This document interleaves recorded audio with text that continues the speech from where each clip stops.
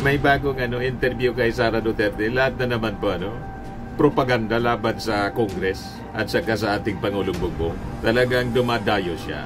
Umiikot sa... Sabi ko, ang raw may papayo ko, umuwi siya rito. Harapin niya, abogado naman siya. Hindi para pagtakpan yung mga katarantaduhan na mismong mula sa bibig ni Panelo. Ang lahat daw na trouble mo, kagagawan mo lang. Ibang pasyente yon. Inano lang nila ang muka ni dating Pangulong Duterte. Wala po siya sa ospital ng detention unit. Nandun. Pakinggan natin mga kababayan yung parte ng interview. Madayon lang, ma'am. Masayang masaya. Salamat sa tanong mo dahil kaninang umaga, ma'am, meron pong nagpadala sa atin. Ginagawa niya yon mga kababayan na depensa na ang gustong itanong daw. Nagpapagang mga balita at pagtalakay sa mga isyu na lipungan. Bulsa! Opinyon, banat at paglalantad sa katotohanan. Bulsa! What you see is what you get. You decide. Ito po mga kababayan, si Dante Maravillas, Bicolano vlogger, broadcast journalist from Albay. Nag-warning si Sara laban sa kumakalat mga kababayan na fake photo ng kanyang tatay. Iyon nagpapakalat po ng fake photo ng tatay niya, AI generated. Mga DDS, ginagamit na propaganda po to gain sympathy. May bagong interview kay Sara Duterte. Lahat na naman po propaganda laban sa Congress at saka sa ating Pangulong Bongbong. Talagang dumadayo siya. Umiikot sa iba-ibang bansa. Ngayon bumalik sa The Hague yung non-working Vice President para lubos-lubosin daw yung pagbisita sa kanyang tatay. At kada pagbisita doon mga kababayan, may interview sa kanya. Nag-interview man lang po yung mga vloggers niya doon na nakabase doon sa The Hague. At saka si Harry Roque na walang tigil sa panggagatong. Gatong ng gatong si Harry Roque. Ginagamit yung issue kay dating Pangulong Digong para pagtakpan yung kanyang mga katarantaduhan. Pakinggan mo kasi, Harry Roque, yung panawagan mismo ng kapwa mo abogado at saka spokesman ni Digong, si Panelo. Yan sabi ni Panelo, masyado ka anyang madaldal. Anong masasabi mo sa sitwasyon ni Secretary Roque? Ang problema sa kanya, masyado siya kasing madaldal eh. He creates his own problem. Okay. Like, yung demanda sa kanya, di ba, dinidemanda siya. Tapos nagkaroon ng congressional hearing. Kung paano yung congressional hearing, sa kadadagdal niya, nasasabit siya. Like, he denies na siyang owner dun sa Baguio ba yun? Yung renta. Pero lumalabas sa mga kwento niya, siya nga may-ari. Tapos i-deny niya, lawyer daw siya na, hindi daw siya lawyer ganito. Pero lumalabas sa mga dokumento, lawyer nga siya. Kaya sabi ko, ang raw may papayo ko, umuwi siya rito, harapin niya, abogado naman siya. Hindi porket inakusahan ka, totoo. Di pagtanggal mo sarili mo. Bumalik ka na para na totoong lalaki. Di ba? Face it like a man. Kung totoong lalaki daw.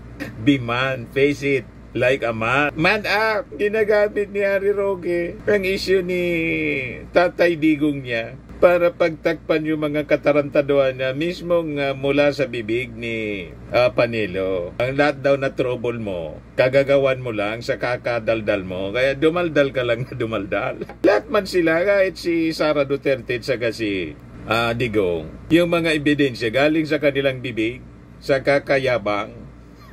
Pagkatapos, nagpakalat yung mga DDS ng picture ni Digong na butot balat na, AI generated po. O ngayon, mismong sa bibig ni Sara, nag-warning siya, BP Sara warns against fake photo of Dad Rody in hospital. Yan po, AI generated siya just to gain sympathy. Ang nagpapakalat po, mga DDS man lang. Ang kita ninyo mga gawain nila. Sabi dito sa balita, during a chance interview with supporter sa The Hague kahapon, in-update niya tungkol sa kalusugan ng kanyang tatay, yung mga tao doon. Sabi ni Sara, hindi man na niya siya bedridden, tulad na ipinapakita sa social media na photo. Yan o. So hindi totoo yung photo na yon. Malamang edited yung photo na yon. Ibang pasyente yon.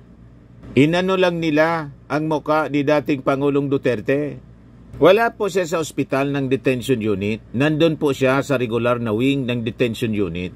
At kanina, naglakad-lakad naman siyang mag-isa. May dala-dala siyang tungkod. So, clearly, wala siyang sakit. Kumbaga, kailangan niyang mag-bedridden. Yung tungkod ni Digong, siyempre matanda na, 80 anyos na po. At kahit hindi pa siya dinideliver doon sa dahig, yung galing pa lang siya sa Hong Kong, na sinalubong sa naiya ni General Torre, dati na siyang nakatungkod. Talagang confirmed, mga kababayan, propaganda ng mga supporters ni Sara Duterte to gain sympathy mula sa mga mamamayang Pilipino. Pilit nilang niloloko, mga kababayan. O mismong si Sara Duterte na yung bumasag sa mga supporters nila. Yan nga, masayang masaya si Sara, mga kababayan. Ang masyadong nag-aalala po si Bato de la Rosa, si Robin Padilla, si Bongo, pati si Alan Peter Cayetano. Pero yung mismong immediate family, hindi mo makitaan ang pag-aalala. Pakinggan natin, mga kababayan, yung parte ng interview. Ayun lang, ma'am. Masayang masaya. Salamat sa tanong mo dahil kaninang umaga, ma'am, meron pong nagpadala sa akin ng photo na mukhang nasa hospital bed si dating Pangulong Rodrigo Duterte at meron siyang hospital tag, 2 band sa kamay niya. So hindi po totoo yung photo na yon. Hindi totoo yung photo na yon. Malamang edited yung photo na yon. Ibang pasyente yon. Inano lang nila yung mukha ni dating Pangulong Duterte. Wala po siya sa hospital ng detention unit. Nandun po siya sa regular wing ng detention unit. At kanina, naglalakad naman, albeit may dala-dala siyang tungkod. Oo, may dala-dala siyang tungkod. So clearly, wala siyang sakit na, kumbaga, kanya maging bedridden. Narinig na ninyo sa bibig mismo ni Sara Duterte. Huwag kayo nagpapaniwala sa mga DDS kasi napakahilig nila magpakalat ng fake news. Si Sara mismo ang bumasag sa mga fake news na pinapakalat nila para gamitin po sa panira sa ating Pangulong Bongbong Marcos sa gobyerno. Ayan yung simula ng interview kay Sara. Guys, ang ano nila, bus stop at mga tram rides nila. Tram stops nila dito. Kita mo?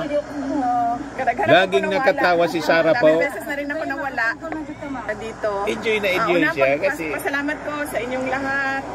Kuan siya po, non-working vice president. Araw-araw sa kanya, holiday, non-working holiday. Napagkapalan ng vice presidente, mga kababayan, na wala mang ginagawa. Araw-araw, nasa layasan at outside Philippine Area of Responsibility. Sabi niya rito, after nitong uuwi siya, connecting flight lang, mga kababayan. Diretso naman siya sa Maisog Rally, Bring Duterte Home Rally sa South Korea. Sa patuloy ninyo na pagpunta dito at pagpapakita ng suporta para kay dating Pangulong Rodrigo Duterte.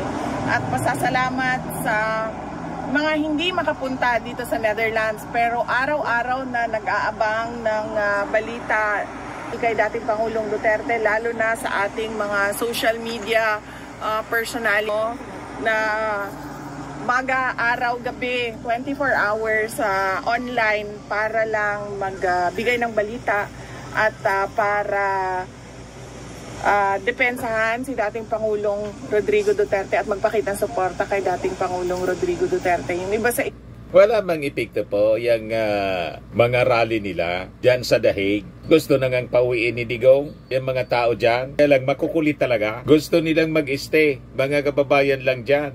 Ngayon, ang ginagawa, mga kababayan ni Sara Duterte, nire-recycle lang yung mga issue sa pagdepensa niya ng confidential funds sa Congress. Lahat daw sinagot niya. Sabi nga po ni Congressman, isa sa mga prosecutors, Congressman Chua ng Maynila, dapat na niya kay Sara Duterte, imbes na magsalita siya ng magsalita sa interview, sagutin niya yung mga questions sa confidential funds and other issues na laman ng articles of impeachment doon sa impeachment court. Dapat ganon. Doon niya sagutin. Sinasagot niya po sa mga papresko niya. Kasi sa mga papresko niya, lalo na po kung nagtatanong po yung mga pinunduhan niya yung travel tulad ng sa Australia. Bayad yung lahat ng gastos, plane ticket and all. Kaya magtanongan niya kayong magtanong. Ang gusto niya, mga friendly questions. Ayaw niya ng mga tanong na ginigisa siya tulad ng mga tanong ng Quadcom, tanong ng mga congressmen. Kasi doon, hindi siya lulusot. Corner siya doon. Kaya gustong-gusto niya, kada larga niya mga kababayan, pumaharap siya sa mga sympathetic sa kanya na mga vloggers and members of the media. Kasi doon, pwede siya magpropaganda na magpropaganda. Sasagutin niya yung gusto niyang sagutin at malamang sa malamang may prior orientation muna before ng interview. Ang inyong mga itatanong sa akin, dapat ito lang ha. Kaya pakinggan ninyo ang kanyang mga sinasabi po. At dun sa mga illnesses, dahil binanggit po ninyo kahapon na kung may trial po, dun po kayo magbibigay ng payag. Kung wala naman, publicly po. So sa Pilipinas po, meron po ibang mga congressman nagsabi na bakit daw hindi pa po ngayon kayo magpaliwanag. And bakit daw hindi niyo pa po before nung sa budget hearing? Nung una, sa budget hearing, mapapansin nyo, wala namang confidential funds doon sa budget request namin, pero lahat nun ay confidential funds ang tanong nila from the previous years, which was already decided by the House of Representatives na hindi nila ibibigay or hindi ni-request. Hindi siya ni-request. Pangalawa, kung makikita nyo at maalala nyo na mismo ni Congressman Stella Kimbo, let's stick to our plan. So alam mo na, at kaya ako dumating doon sa budget namin na mag-isa dahil sinabihan na kami noong isang kasamahan nila na ganito yung gagawin sa iyo. Puro confidential funds ang tatanungin at ang gagawin nila ay... Siyempre, itatanong po kung ano yung may problema sa paggastos. Halangan man itatanong sa inyo, so yung mga items na wala mang problema. Di ba? That is normal. Ba't mo pa itatanong? Wala mang problema yung paggamit ng pondo sa mga items. Siyempre, ang sentro ng pagtatanong, yung may problema. Yung naubos sa chichirya. Ginagawa niya yon mga kababayan na depensa na ang gustong itanong daw, stick to the plan. Na ang ibig niyang sabihin, yung sinasabi ni dating Representative Stella Kimbo, pinagkakaisaan siya. Yon ang plano. Gusto siya idikdik. Yon ang kanyang ibig sabihin. May karapatan na busisiin yung pondo because the Congress has the power of the purse. Ganon lang yon. At hindi lang siya ang tinatanong sa budget hearing, lahat ng departamento. Kaya lang, yung departamento niya, ang punong-puno kasi ng problema. Anda sa lamang ka. Yan ang rason kung bakit siya na-impeach. Ng kaso,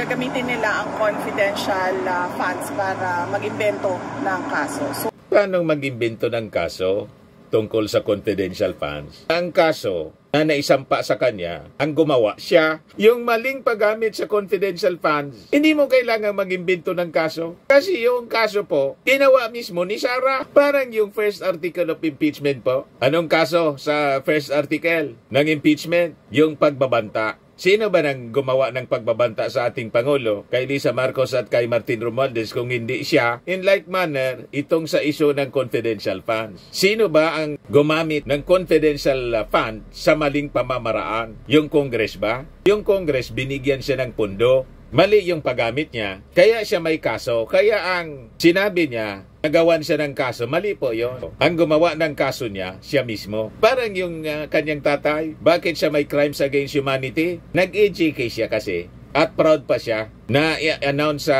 buong mundo yung kill niya. Ngayon, nandyan siya sa dahig. Di ba po, mga kababayan? Mali ang mga sinasabi ni Sara.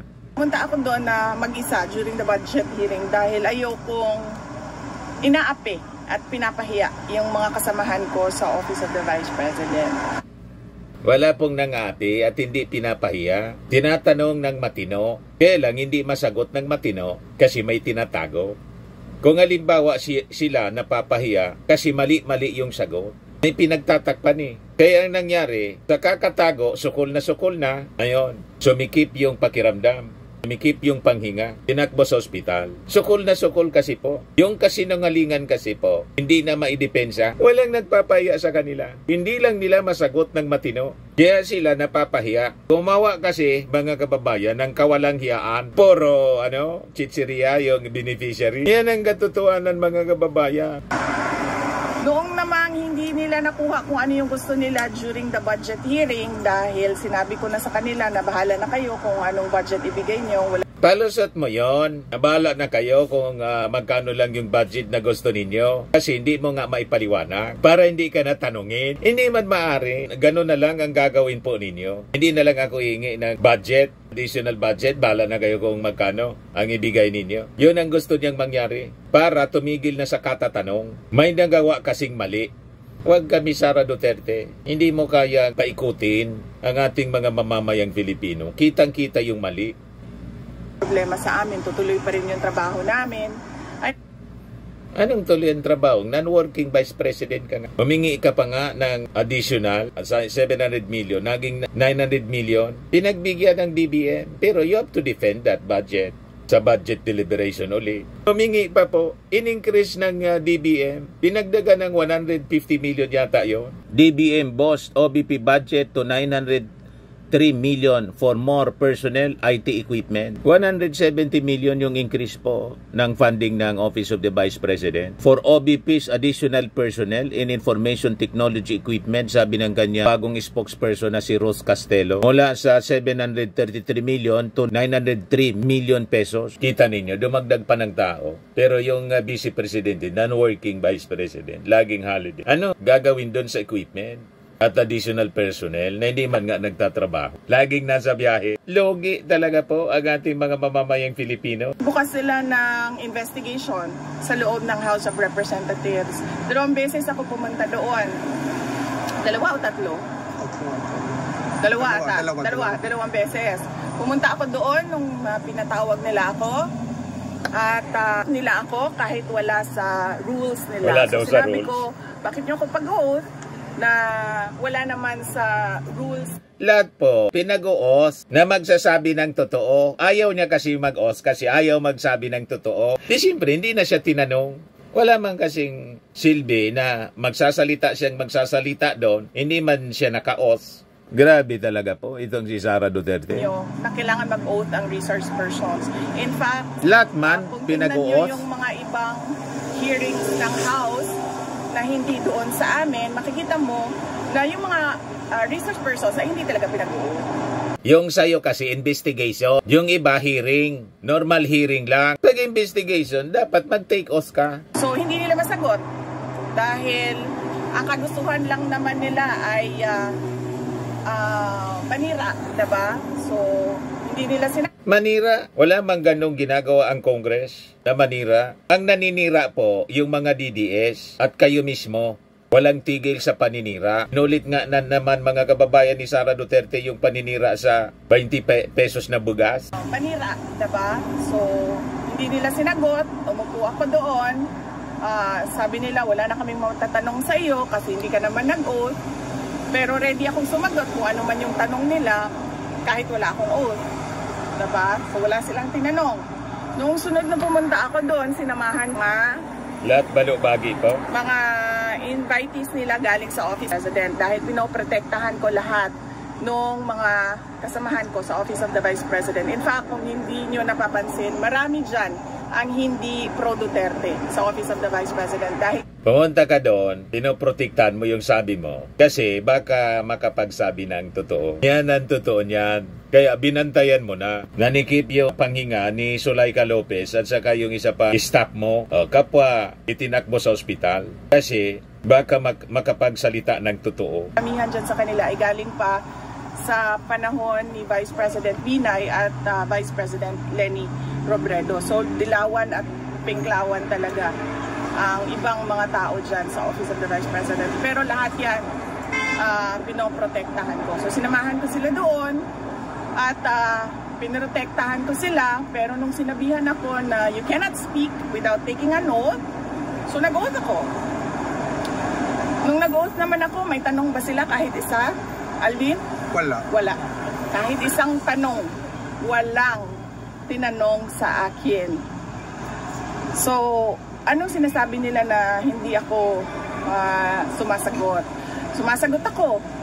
Pinadalhan kami ng letter ng Commission on Audit dahil sa pagpipilit ni Congresswoman Franz Castro. Sinagot namin. Pinadalhan kami ng letter ulit ng COA. Sinagot naman namin. Maayos naman yung sagot ng Office of the Vice President. So, hindi ko alam kung saan nanggagaling ang sinasabi nilang ayaw ko sumagot. Ngayon, ayaw ko sumagot kasi nag-file sila ng impeachment. At sinabi ko, since nag-file kayo ng impeachment, ay doon natin sagutin. Sabi mo ngayon, doon natin sagutin. Pero yung mga abogado mo at mga kaalyado mo, mga senador, gustong ipadismiss. So walang mangyayaring sagutan kasi walang trial. Kita ninyo? Bali-baliktad ang kanyang mga sinasabi. Sabi niya, I want a bloodbath. Pero ang aksyon ng kanyang mga kaalyadong senador, dismissal without the benefit of trial. Ngayon, ito na naman ang sinasabi niya. Hindi siya sumasagot kasi may impeachment. Di gusto niya daw nasagutin sa impeachment trial. Pero ang aksyon ng kanyang mga abogado, questionin ang jurisdiction ng 20th Congress. Nag-file sila ng petition sa Supreme Court at ngayon nga, nag-utos na yung Supreme Court na sagutin, both by the Senate and Congress, yung petition nila. Kaya mahirap talaga pong paniwalaan ang mga statement ni Sara Duterte kasi bangga-bangga po. Yan sinasabi niya rito. Sa impeachment, para naman ako kasi akong tanga kung magsasalita ako about confidential funds na yon na wala namang dahilan. Unang-una, nag-hearing, nandun ako, walang kahit isang tanong. Ngayon, may impeachment trial, tapos magdi-discuss ako noon sa labas ng impeachment trial. Pag wala nang ibang venue, saka ako magsasalita. My explanations will be in my own time. Hindi sa panahon kung kailan gusto ng mga members of the House of Representatives. In her own time daw, kung gusto niya, kung kailan niya gusto magsalita. Ganon ka-arugante mga kababayan si Sara Duterte. Kaya sabi ko sa inyo, hindi siya bagay na maging public official. She should be disqualified mga kababayan. Ayaw na niyang accountability. Ayaw niya nang tinatanong kung paano ginagasto ang pundo ng bayan. Feeling niya, pera niya ang ginagastos niya mga kababayan sa mga lakad niya, sa lahat niyang mga activities niya. Tingnan niyo yung ginagawa ngayon. Hindi man nagtatrabaho. Non-working Vice President. Pero may lakas siya ng loob na hanapan ng trabaho ang ating Pangulong Bongbong Marcos. Pero siya mismo hindi man nagtatrabaho. Kitang-kita po. O ito siya. Naghain ng resolution po si Senator Alan Cayetano asking the government to move si Harry Roque yan nagsasalita. Embassy premises here in Holland, si Tatay Digong. Opo. Your reaction po? Hindi ako makakomment eh. Kailangan ang mag-comment nitong house arrest na ito at the resolution ni Senator Alan Peter Cayetano ay yung lawyer ni Pangulong Duterte. So siguro kung isang beses maimbita ninyo si Attorney Nicholas Kaufman to give a comment, mas maganda na siya yung magbigay ng comment dito. VP, on a similar question, what's your reaction to the pronouncement of some congressmen really against you for the revival of the Quadcom 2.0? We are not surprised. Bago ako pumunta dito na late pa nga ako, nagmamadali kami kasi galing ako sa isang Zoom meeting na ang laptop, no? Nasa akin ang laptop. So, pinatago ko lang sa iyo. So, kinuha kanina, nasa Zoom meeting kami. Unbothered talaga po? Yun ang dinidiscuss namin. No? Kasama ka na Secretary Harry Roque, no? Na hindi ito titigil. So, huwag tayo mag-expect na bago yung Congress ay titigil sila sa pangangatake nila. So, tutuloy-tuloy pa rin yung paghahabol nila sa iyo at tutuloy-tuloy yan na tambakan ka nila. Siyempre, habulin si Harry Roque kasi sabit doon sa Pogo. Yun ang sabi ni Panelo. Sa kadadaldalan niya, sinubo niya yung sarili niya. Nasangkot tuloy sa kakadaldal. Di ba, mga kababayan? Ng kaso. Yan din yung sinabi ko sa mga ka-meeting ko kanina. Because obviously, ang gusto nila ay burahin ang mga Duterte. At walang ganon. Ang bumubura po sa inyo, yung sarili ninyong kagagawa na katarantaduhan tulad ng tatay mo kaya nakulong nandyan sa dahig because of crimes against humanity. Siyempre, magrireklamo yung mga biktima. Ang gusto kasi ninyong mangyari, gumawa lang kayo ng mga kalukuhan ninyo, katarantaduhan, crimes, pero dapat lusot lang. Walang dapat magreklamo. Yan ang mindset ninyo eh. Mang-apak ng ibang tao, tulad ng mga biktima ng AJ case, pero dapat walang maghahabol sa inyo. Walang ganun sa mundo po. Crimes does not pay. Sabi nga, crime does not pay. Gumawa ka ng mali, may consequences po. Nagbanta ka sa ating Pangulo, may kaso. Mali yung paggamit ng confidential funds, may kaso. Ganun lang yun eh. Ayaw mong habulin, ayaw mong may kaso, huwag kang gagawa ng mali. Ganun lang yun po. Tao na sumusuporta sa mga Duterte. In fact, kahit nga private individuals, ngayon, hindi na immune dahil nakakatanggap na sila ng mga letters galing sa BIR o kung ano man yung pwedeng kahanapan ng pagkakamali sa kanila. Hindi ito. Harassment daw sa kanila, yung ginagawa mga kababayan. Sila yung mahilig gumawa ng ganyan. Nagsabi ako sa kanya kanina, sabi ko ano ba ang message mo dahil pagdaan ko kanina papasok meron ng mga nag-aantay ng mga kababayan natin at sabi niya na wag na daw kayo mag-antay sa kanya dahil ayaw niya daw na naaabala kayo at lalong-lalo niya daw na gumagastos kayo ng dahil sa kanya. Ang pera ma'am, nakikita lang yan pero ang pagmamahal namin hanggang sa dulo talaga. Alam ba niya yung June? Nakalimutan ko. Bukas na lang ma'am. Tomorrow ay Monday is another day. Tuesday. Sa July 19. Imbitahin ko nga siya, no? Sabi ko. I already asked this to your former president, like I said, that we are all happy that we are here.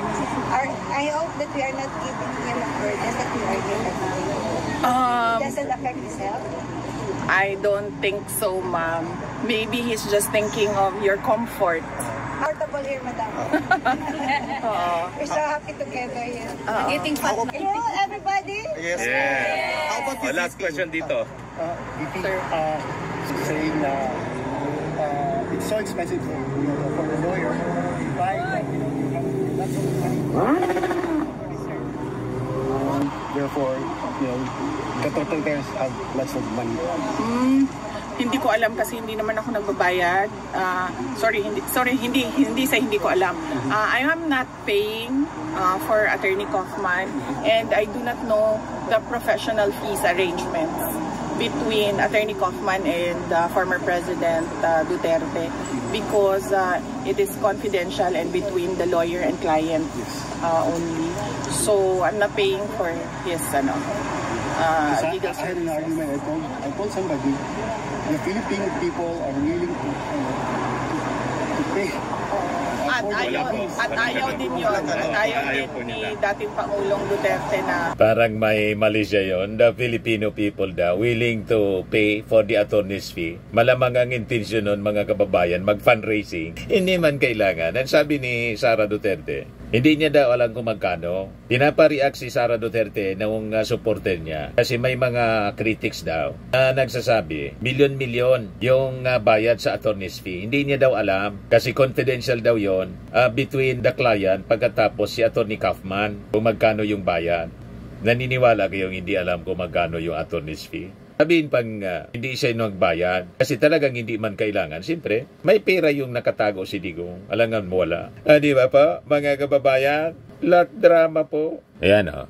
Sa mga kababayan natin na palaging nandito, nakasuporta sa iyo, sa iyong ama at sa buong Duterte. Yes, oo. Nagpapasalamat ako mga kababayan sa patuloy nila na suporta. No?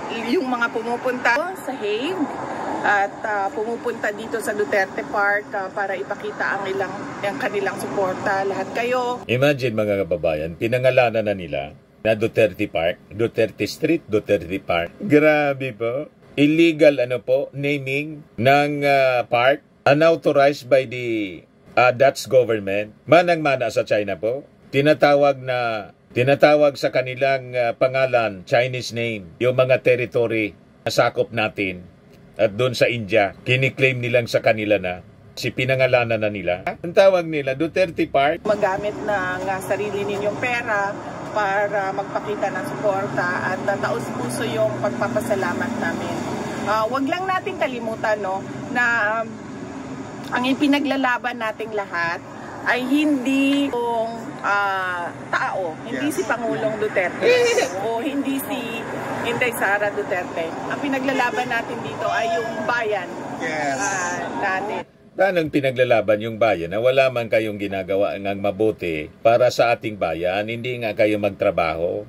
Laging non-working holiday. Binigyan kayo ng trabaho sana. Kung kayo ni Team ka pa, wala mang nangyaring matino sa DepEd. So malinaw po na pinaglalaban ninyo pang sariling political survival. Hindi man yung ating bayan. At bawat pamilyang Pilipino. Yung injustice at rendition. Yeah. Anong injustice kay Digong? Ang may injustice po, yung mga victims ng EJK. Di ba po mga kababayan? Kaya nandyan siya for not injustice, due process. He has to face the case filed against him ng mga nabiktima. So, binibigyan siya ng due process. Pero yung mga biktima po, walang due process na nangyari. Mga kaluluwa na sila. Si Digong, sinasabi po ninyo, butot balat. At least may balat pa. Yung mga biktima, buto na lang at kaluluwa. So malabo po itong sinasabi mo, Sara Duterte. Ginawa nila sa isang Pilipino na kinuha nila sa loob ng ating bansa. Kumusta man yung mga mahihirap na Filipino? Hindi ba yun Filipino rin? Yung mga biktima ng war on drugs po ng tatay ninyo? So lagi ninyong bukang bibig yung tatay ninyo. Paano yung mga biktima ng tatay ninyo? Wala ba yung karapatan? Di ba po? Hinatid nila dito.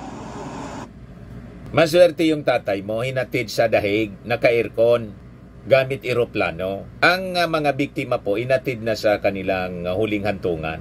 Yan ang malinaw po, mga kababayan na kwento. Ngayon, kung hindi guilty yung inyong tatay, tulad po ninyo, naniwala kayong hindi kayo guilty sa impeachment case, harapin ninyo sa trial. Huwag dismissal ng kaso. So, kailangan, acquittal na lang kung wala kayong pagkakasala. Wala eh. Ito naman, ang gusto ninyo, interim release. Yung host country nga, ayaw tumanggap kay Digong. Denied. So lahat lang, one-sided. Lahat lang sa inyo ang iniisip ninyo. Tapos sasabihin ninyo, para sa mga Filipino, injustice. Para sa mga Filipino, para sa bayan. Anong naging para sa bayan? Ang biktima po, ordinaryong mamamayan. Yes. Nila, ng gobyerno. Pati yung Ginastusan ng gobyerno para ihatid ang isang Pilipino dito sa Hague. At kung Buti nga ginastusan. Kaysa naman, i-charge pa sa inyo yung gastos. Hindi na charge, pasalamat na lang kayo. Yung gobyerno, yung nagatid, at safe siya. Hanggang ngayon, buhay na buhay pa. At nabibisita ninyo. Yan ang importante dyan. At sabi ninyo, maayos naman, malusog. Nakapaglakad-lakad nga, kahit nakatungkod na lang. Siyempre, matanda na. Kalimutan ang mga issue sa bayan natin tulad ng blanco sa budget. Napakaraming mga kababayan natin ang tahimik. Yung blanco po sa budget, hindi pa man kasi yun final. Siyempre blanco. Pero ngayon hindi na blanco. May laman na. Sa blanco na mga budget at yung pakuha. Ang dapat mong ipaliwanag yung nalaman sa budget mo sa confidential funds nang nakasulat sa acknowledgement receipt at mga chichiriya. Yan ang iniiwasan mo eh. Turo ka ng turo ng problema ng iba. Imaginary man lang yung mga kwento ninyo. Pera ng PhilHealth at yung apparent na pagsisinungaling. Iba yung sinasabi ngayong araw na ito, iba yung sasabihin bukas. Ikaw yun. At yung tatay mo, napakasinungaling. Dinidescribe mo yata yung sarili mo. Walang ganun po ang ating Pangulong Bongbong Marcos. Maintain niya na tayo ay non-member ng ICC. Pero tayo may obligasyon sa Interpol. Kasi nakalimutan ni Digong, ang tatay ninyong umalis din sa Interpol. Yan ang mali ninyo. At yung pagkapako ng mga pangako, unang-una na yung Bigas. 20 ang bugas. 20 ang bugas. Nagkalat na po ang 20 pesos na bigas. Pati dito sa amin, mayroon na. 20 pesos na bigas, meron na. Di ba? Ang napako na pangako po, yung 7 pesos na bigas ng tatay ninyo, never na nangyari. Pero yung 20 pesos na bigas, bumabaha na po sa market ng 20 pesos na bigas sa kadiwa po ng ating Pangulo. Kaya yung mga kwento mo po, yan ang kasinungalingan. Yan o. 20 pesos na bigas, meron na. 20 pesos na bigas, officially sold in Visayas, May 1, 2025. Kita ninyo yan, oh. Ang daming 20 pesos na bigas. Yan ang 20 pesos na bigas. Napakaraming 20 pesos na bigas. Hindi tinupad yung mga pangako na pako. Yan, oh. Ang daming 20 pesos na bigas. Lahat yan, 20 pesos na bigas. Nilunsad ng ating Pangulo sa iba-ibang parte ng ating bansa. Ang daming bigas. Tapos ang sabi niya, pambobodol sa publiko. Ano po yung amoy niya so far? Ano yung amoy niya so far? Pindot, parang bagong ani. Ganito yung dala namin galing sa Bohol. Kahapon. Bagong ani. So parang bagong ani? Ah, okay. Yung kulay, kumusta naman po so far? Ganun din ang kulay niya. Parang hindi siya maputi, pero mas okay. Ano dyan lang, ang itsura sa mga kanay sa pagkumakuhaan. Ako din sa basta. So okay naman siya for 20 pesos? Okay, basta ang kaning sample, marihaan ang iputos ng lahiya. Kaya kasi lahi ba ang iputos? Basta pareho lang dun sa nakapak. Tagasan kayo, ma'am? Hindi po pagkaing baboy tulad ng sinasabi niya, no? Sinasabi ni Sara Duterte. Po, Firmax Firming and Lifting Cream, pinapahid po sa mga pulses in affected area. Mainam po sa paninigas ng mga kaso-kasuan. Ito naman po, Automax Radiant Serum. Sa mukha naman yung application, anti-aging po siya. You will look 10 years younger than your age. Sa mga cancer patients naman po, baka lang gusto ninyo itong itry. Neng siya red mixed fruit drink. Hindi mo po siya gamot, food supplement siya. Kaya lang, gawa siya mga kababayan sa goji berry. Yung goji berry, may anti-cancer properties. O ngayon, yung mga inquiries ninyo, dumiritso na lang kayo sa aming messenger sa Facebook para masagot namin agad. Ayos pa? Ayos na ayosan niya, Mr. Maravilla. But anyway, ito po pala yung aming bagong product na binibenta online. I am worldwide amazing pure organic barley powdered drink mix from Australia.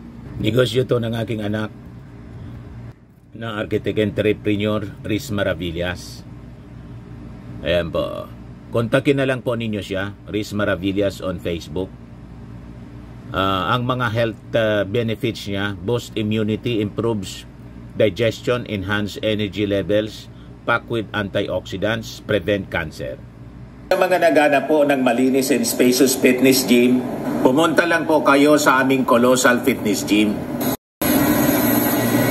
May Grab Car Rental din po kami. Ito naman po yung bago naming product na binibenta online. Eye Glow Serum, whitening po siya. Tingnan ninyo yung epekto sa aking anak na architect before and now. Yung mga inquiries po ninyo, dumiretso na lang kayo sa kanyang Facebook account, Riz Maravillas.